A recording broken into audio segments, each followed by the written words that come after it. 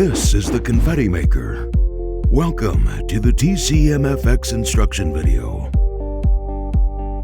Charge the battery of the TCM FX WI-Shot with the Shuko to PowerCon cable. Set the power switch to wireless mode 2. Mount a truss clamp or a TCM FX Groundplate to the WI-Shot. Place or clamp the TCM FX WI-Shot in the desired position. Place a confetti shooter in the TCM FX WI-Shot.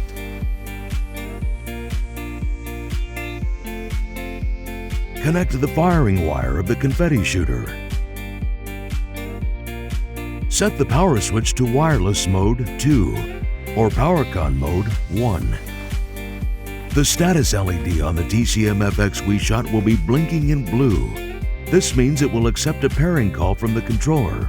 If you don't pair the TCM FX WI-Shot within 60 seconds, the TCM FX WI-Shot will shut down to safe battery mode.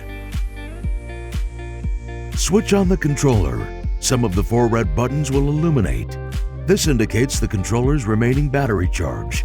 1 equals 25%, 2 equals 50%, 3 equals 75%, 4 equals 100%.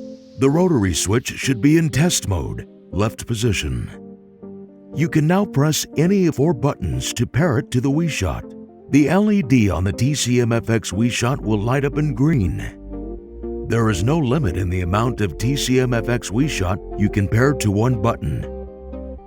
When ready to fire the confetti shooter, turn the rotary switch to the right to arm the devices, right position.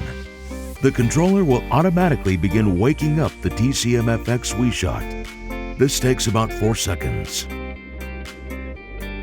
After this, you are ready to fire the TCM FX WI-Shot by pressing the Fire button. Set the power switch to PowerCon mode 1. Be sure there is some battery left, even in this mode.